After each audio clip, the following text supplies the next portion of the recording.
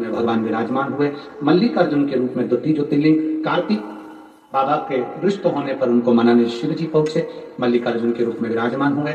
दूषण नाम के राक्षस के काल बनकर महाकाल प्रकट हुए, महाकालेश्वर के रूप में।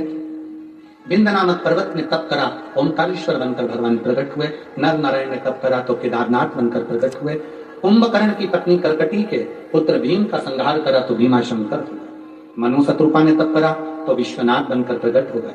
गौतम बाबा पर गौ हत्या का दोष लगा, त्र्यंबकेश्वर बाबा बनकर प्रकट हुए। साधारणता की भूमि, ये भारत की भूमि साधारण नहीं, मेरे शिव 12 ज्योतिर्लिंग के रूप में प्रकट हुए। 12 ज्योतिर्लिंग। इन 12 ज्योतिर्लिंग में कहीं पर भी एक बार अगर आपको कथा श्रवण करने का मौका मिले तो अवश्य सुनो।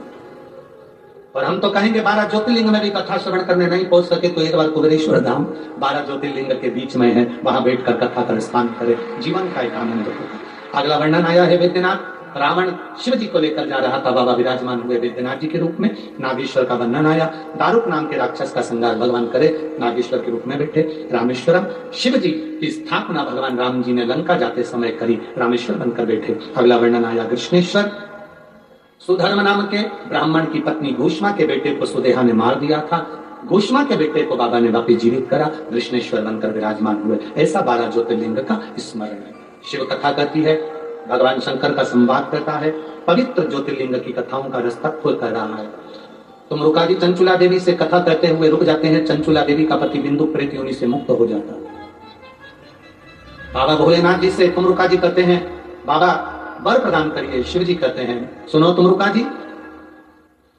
पवित्र शिव महापुराण की कथा को जो संसार का मनुष्य जिस कामना से सुनेगा, बाबा कहते हैं उसकी कामना को मैं वहीं रहकर पूर्ण कर देता हूं। ये शिव की कृपा है। लोग कहते हैं कथा के पंडाल में कौन रहता है? हम कहते हैं जितने दिन तक शिव पुराण की कथा चलती है उतने दिन तक भोले बाबा के लाश छोड़कर, 12 ज्योतिर्लिंग छोड़कर पंडाल में ही रहता है। और ये अनुभव करना, सारे 40 गांव के जितने भी, संपूर्ण 40 गांव के जितने भगत और बाहर से आए हुए जितने भगत है, आप ये अनुभव करना, रात्रि के समय पर भी कथा नहीं होती है। रात को कथा होती है क्या? नहीं। रात्रि के समय पर कथा नहीं होती, पर पूरे पंडाल में घूम कर देखना, एक अलग मस्ती, एक अलग आनंद, ऐसा लगेगा जैसे ना जाने स्वर्ग पृथ्वी पर आकर विराजमान है। हम कहते हैं अपने नगर में जब कथा हो, ये कथा तो आज विराम हो जाएगी, 27 तारीख से बनी यवतमाल में प्रारंभ हो जाएगी, यवतमाल जिले के बनी में कथा प्रारंभ हो जाएगी, 1 बजे से 4 बजे तक चलेगी। हम कहेंगे आसपास के क्षेत्रवासियों से, आपके क्षेत्र में कथा हो 200, 300, 400, 500 किलोमीटर दूर जाना, एक बार उस नजारे का दर्शन कर आना, उस भूमि को छू कर आना। जिंदगी के ना जाने कितने रोग मेरा बाबा केवल शिव महापुराण से समाप्त कर देता है। सुनो, जाओ, प्रणाम करो। और अगर मौका मिल जाए तो विराम दिवस की कथा, समापन के दिन की कथा, एक दिन पहले कथा के पंडाल में पहुंच जाओ, रात्रि का विश्राम करो अपने कैलाश के पर्वत पर। ये पंडाल नहीं, पूरा कैलाश पर्वत है। एक दिन रात्रि का विश्राम करो।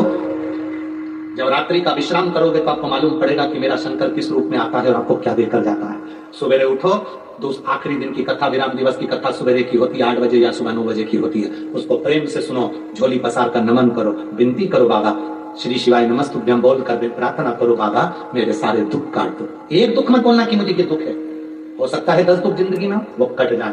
बाबा सब दुख काट दो, सारे दुख काट दो।